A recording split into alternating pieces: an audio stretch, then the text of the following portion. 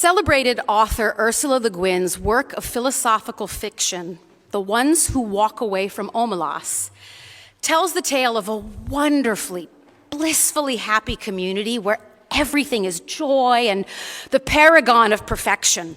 It's a kind of white picket fence place where everyone enjoys that deep sense of safe certainty and peace that all is well and all will be well, but like all things, it isn't that easy.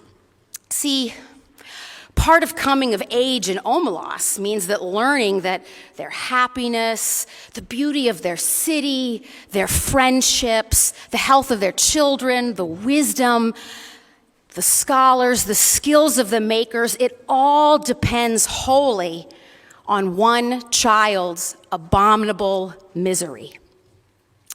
Hidden away in the bowels of the city is a small child whose abject suffering is so extreme, they use it pronouns to describe the child, in an effort for the people to mistreat the child without regret, remorse, or guilt. It makes it easier to bear. And in their defense, years of miserable existence, replete with malnourishment, festering sores, and torturous neglects, have made it hard to look at. Its hair is out. It's ugly. Left to live in its own shadows, in its own filth, it cries out for mercy. But the people of Omelas stay silent, denying it acknowledgement and refusing it a response. It begs for mercy because in spite of all of its suffering, it remembers sunlight, and it remembers its mother's love. Rachamim, the noun, or rachem, the verb, are the Hebrew words that we see translated into English as mercy or compassion in the Bible. These words, though, are actually derived from and share the same word as the root rechem, Hebrew for the most motherly organ in the body, the womb. So a cry for mercy or compassion, compassionate action, is really perhaps better translated as mother love. That kind of boundaryless love that a mother has for her child, born of love, as any mother can attest, a surely intentional act, far, far more than just a feeling or emotion. Could you come of age in Omelas and make peace with that trade? Or would you find yourself like the ones who walk away? We find ourselves really often living in the intrusive thought, what if of life, right? In our search for certainty. And it can lead us into some pretty morally repugnant places and choices. Our desire for order drying up our thirst for justice. But that is what the myth of redemptive violence leads us to believe. I often wonder and sort of imagine what the circumstances might have been that led to that child becoming the child for the village of Omelas. Throughout the 18th and 19th centuries, people hired sin eaters to perform a ritual ceremony, quite literally a ritual meal, wherein they took on the sins of the deceased person, sins that went unforgiven or perhaps didn't get to confess before dying suddenly. And the family of the deceased could breathe easy as they watched their loved ones' misdeeds get metabolized by the hired hand, and all for just the price of the hired hand's soul. For a measly sum, or sometimes simply the opportunity to sate their hunger, the hired hand would eat that ritual meal, often bread and some wine or ale, and with each meal become increasingly detestable, filled quite literally with that person's sin, carrying it in the world. Unsurprisingly, these sin eaters were typically very poor, the least of these, living as social pariahs because their need for sustenance and survival eclipsed their concerns over their immortal souls. They didn't have the privilege of worrying about the needs of the next life with their backs against the wall of this life. Can you see the problem here? MLK said that choosing order over justice is a form of negative peace, of pious irrelevancies and sanctimonious trivialities. Just last week, a Christian preacher in suburban Fort Worth, Texas, where I grew up, preached that, quote, gay people should be lined up against the wall and shot in the back of the head. Christ-like? A holy duty for God or a hate group? Last Sunday in our middle hymn, we sang, and they'll know we are Christians by our love, by our love. Yes, they'll know we're Christians by our love. And I honestly found myself thinking, will they? Do they? Friends, we simply must learn to make strengths from our differences. Audre Lorde dedicated her life and her creative talent to confronting and addressing injustices of racism, sexism, classism, and homophobia as a womanist writer and civil rights activist. A self-described Black lesbian mother warrior poet, she reminds us that difference must not be merely tolerated, but seen as a fund of necessary polarities from which our creativity can spark.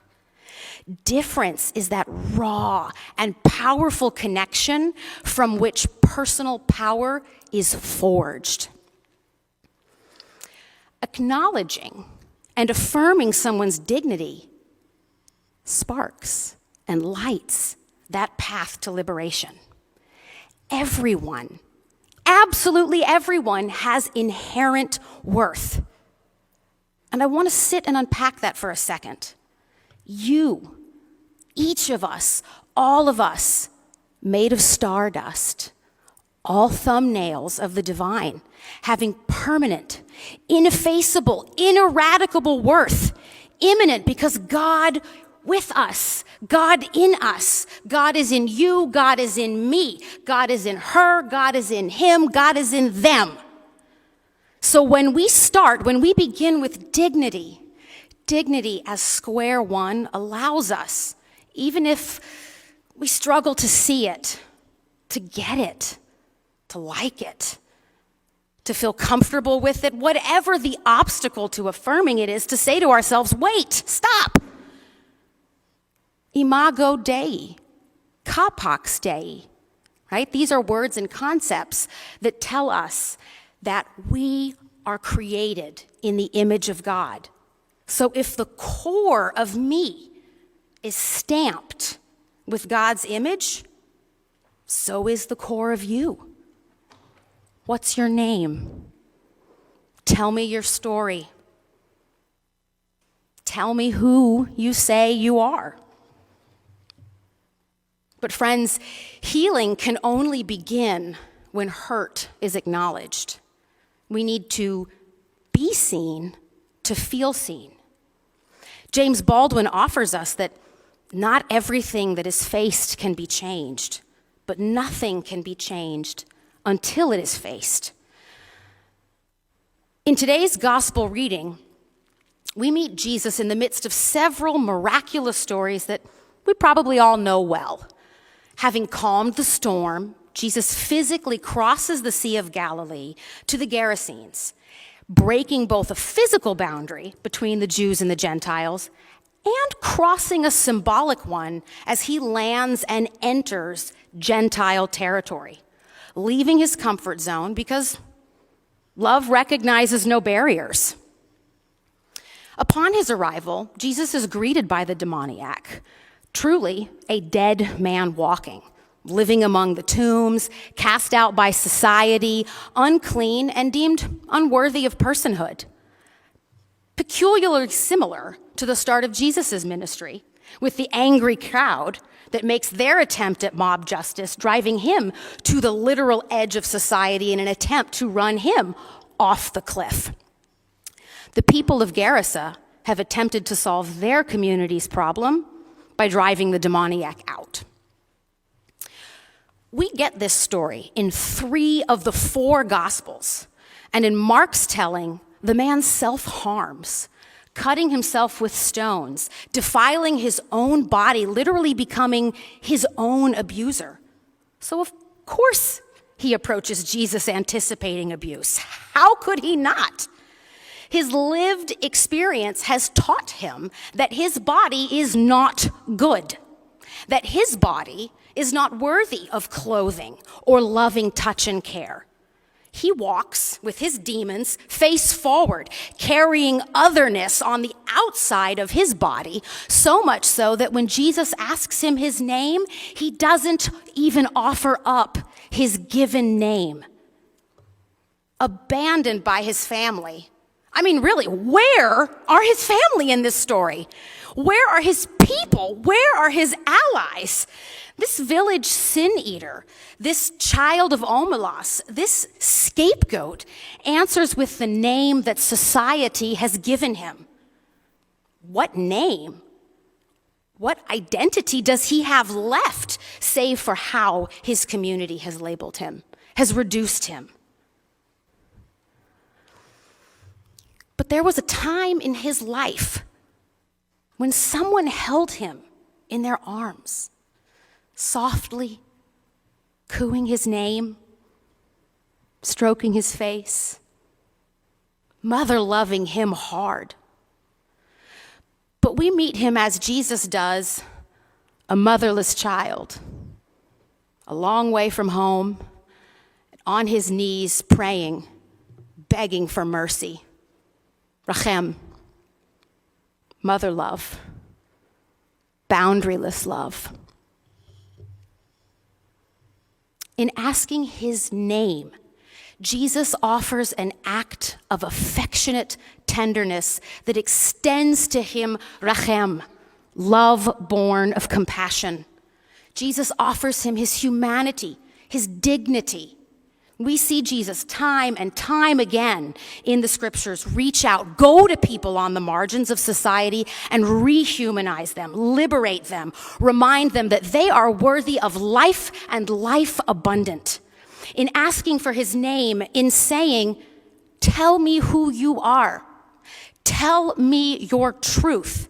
It's as if Jesus is saying, I'm someone who sees you, who unconditionally loves you, and who can set you free. That is liberation. That is pride, the name of the month we're celebrating now. That is what it is to know your worth because someone showed it to you, and to internalize that. And say what you will, it's a balm. It's a shield. It's as if Jesus is saying, I reject these unclean labels, these ideas, these identifiers. Unclean words go into unclean animals and lose at their own game. Is it possible that in finally meeting his true self, in loving himself and living his truth, that he's able to be liberated and lose the Legion label? That he's able to say, I am who I am designed by God to be. And that in accepting himself, his identity can't be weaponized to harm him anymore. Fascinating, isn't it, that once healed, once liberated, all of the people are terrified. They're seized with fear, and they ask Jesus to leave. It's kind of strange. But it makes sense, really, because this total system is threatened by the cure of the possessed and the concomitant drowning of the Legion in the pigs over the cliff. Remember how the crowd chose Barabbas over Jesus? We choose Barabbas because we must have our scapegoat. Theologian and biblical scholar Walter Wink offers us that the myth of redemptive violence is a lie. The story of the victory of order over chaos by means of violence. It's the ideology of conquest, the original religion of the status quo. It's the simplest, laziest, most exciting, uncomplicated, irrational, and primitive depiction of evil the world has ever known. Its presence everywhere is a function of values endlessly reinforced by the domination system. By making violence pleasurable, fascinating, and entertaining, the powers are able to delude people into compliance with a system that is cheating them of their very lives. Scapegoating others for all that is wrong in the world, they continue to depend on group identification and the upholding of social norms for a sense of well-being. Let me be clear.